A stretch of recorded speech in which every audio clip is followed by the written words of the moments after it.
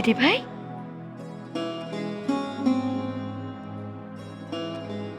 কিছু বলবে? না না, এমনি। তুমি তোমার মায়ের সাথে কথা বলছিলে? মায়ের খুব মন খারাপ, আর সেটা হওয়াই তো স্বাভাবিক। বিয়ের পর সব মেয়েরাই কেমন পর হয়ে যায়, পরের বাড়ি চলে যায়। এমনিও আমি খুব চিন্তায় আছি দিদি ভাই। বাবা মা কলকাতায় একদম একা। তো ওনারা তো একেবারে একা নেই, রঞ্জনা আছে না? রঞ্জনা ও আছে বলেই তো আমি নিশ্চিন্তে আছি। চাই বলে দিদি ভাই, বাড়িতে একজন ভরসা করার মতো কেউ থাকলে অর্ধেক সমস্যাই দূর হয়ে যায়। তোমার আর রুদ্রদার কিন্তু উচিত ছিল পিসিমাকে জোর করে আটকে রাখার। অরিনকে নিয়ে তাহলে তোমরা একেবারেই নিশ্চিন্তে থাকতে পারতে।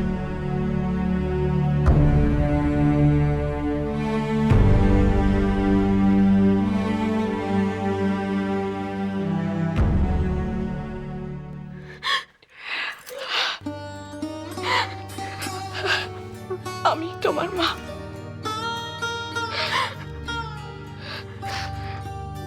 নাও নাও, ওঠো না, এবার শুয়ে পড়ো তো, শুয়ে পড়ো।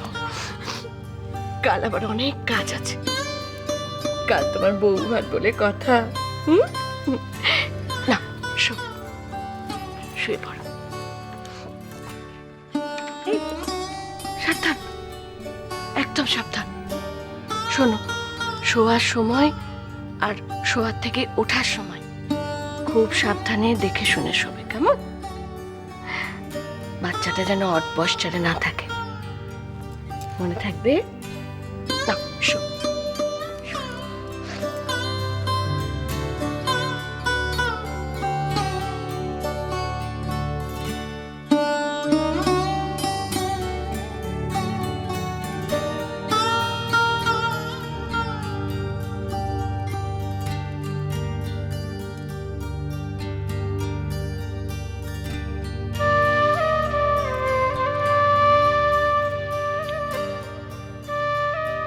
ঘুমো, চোখ বন্ধ করো।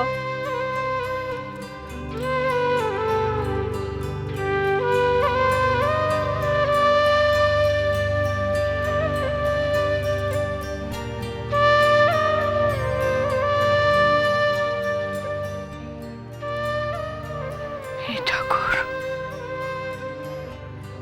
আমার ছেলেকে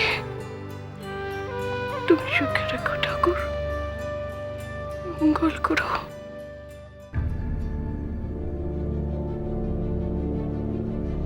বেরিয়ে যান, বেরিয়ে যান বলছি এখান থেকে। এসব নোংরামো এখানে চলবে না। দিদি, দিদি দয়া করুন, দিদি, দিদি আমাদের এভাবে ফিরিয়ে দেবেন না দিদি, দয়া করুন। আমরা দুটি পায়ে পড়ি, আমার মেয়ে সর্বনাশ হয়ে যাবে দিদি, আমার মেয়ে সর্বনাশ হয়ে যাবে। আমি মহা জীবনটাকে নিয়ে কি করবো দিদি? সেটা আপনি জানেন। কেমন মা আপনি? কোথায় নিজের মেয়েকে শাসন করবেন, দরকার হলে তার হাতে বিষ তুলে দেবেন, তা না একটা ভদ্রলোকের বাড়িতে এসে ভদ্রলোকের ছেলের সর্বনাশ করতে চাইছেন। একটা মানুষ কি করে এত বদলে যেতে পারে? অবিশ্বাস্য।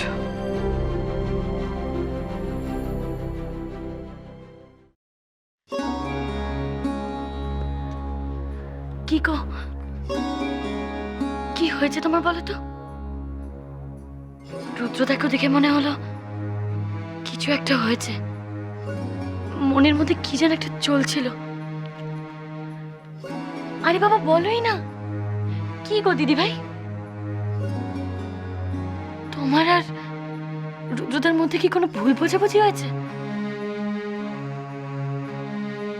পিসিমার চলে যাওয়া নিয়ে কি? বিশ্বাস করো মুড়ি, আমি চাইনি যে পিসিমণি চলে যান। আমি অনেক বারণ করেছি, কিন্তু উনি মনে হয়। আর তার জন্য রুদ্রদা তোমাকে বল করছে? না দিদি ভাই, রুদ্রদা এরকম মানুষই নয় যে এইটুকুনি কারণে তোমাকে ভুল বুঝবে। ও না ভাবলে কি হবে? আমি যে নিজে নিজেকে দোষী ভাবছি। আমার জন্য পিসিমণি চলে গেলেন। কেন? তুমি কেন নিজেকে দোষী মনে করছো? ক্রেশে যাওয়াটা ওনার একদম ভালো লাগেনি, খুব মনে লেগেছে। আর এইদিকে আমি পিসিমণির আরামের কথা ভেবেই অরিনকে ক্রেশে পাঠালাম। এই বয়সে একটা বাচ্চার দখল সামলানোর চারটিখানি কথা নয়। সারা দিন অরিনকে ওনার কাছে ফেলে অফিসে চলে যাওয়া আমার খুব খারাপ লাগতো।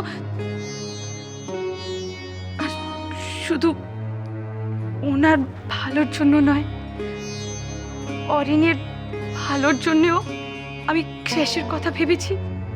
আচ্ছা মৌরি, তুমি আমাকে বলো, এক মা হয়ে আমি কি চাইতে পারি না যে আমার ছেলে প্রফেশনাল লোকজনের কেয়ারে সেফ এন্ড সিকিউর থাকুক? আমি কি এটা চাইতে পারি না? আমি তো অরিনের মা, ও আমার ছেলে।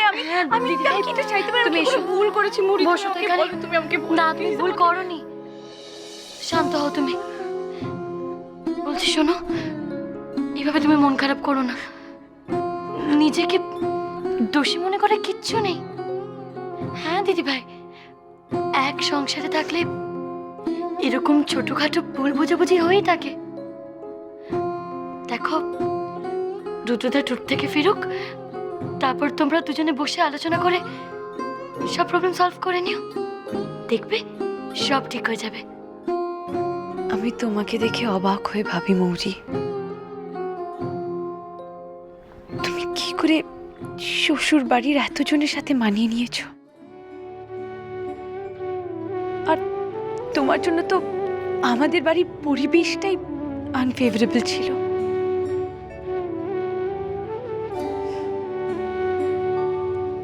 আর এদিকে আমাকে দেখো, শ্বশুর বাড়ির একজনকে পেয়েছিলাম, তার মনটাও রাখতে পারলাম না।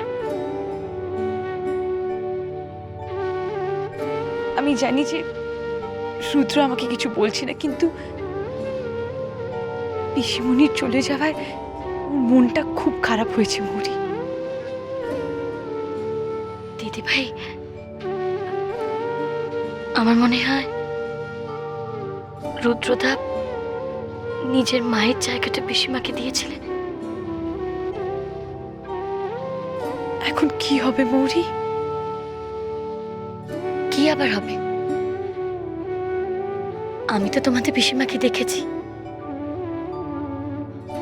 একবার যদি উনি জানতে পারেন যে তোমরা ওনাকে কতটা ভালোবাসো, ওনার জন্য তোমাদের কতটা মন খারাপ,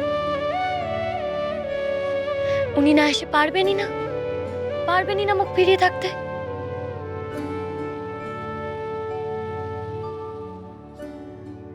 কি হলো?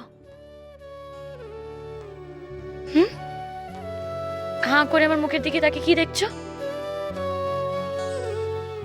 এত কনফিডেন্স, এত মেন্টাল স্ট্রেংথ তোমার আসে কোত্থেকে মৌরি? আলটিমেটলি তুমি মায়ের মনেও জায়গা করে নিয়েছো।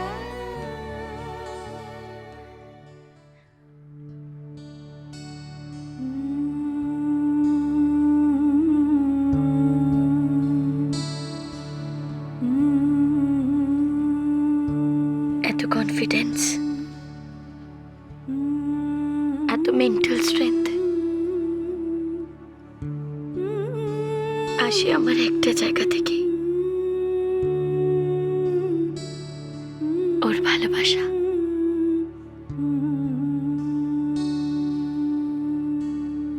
শুধু ওর ভালোবাসা।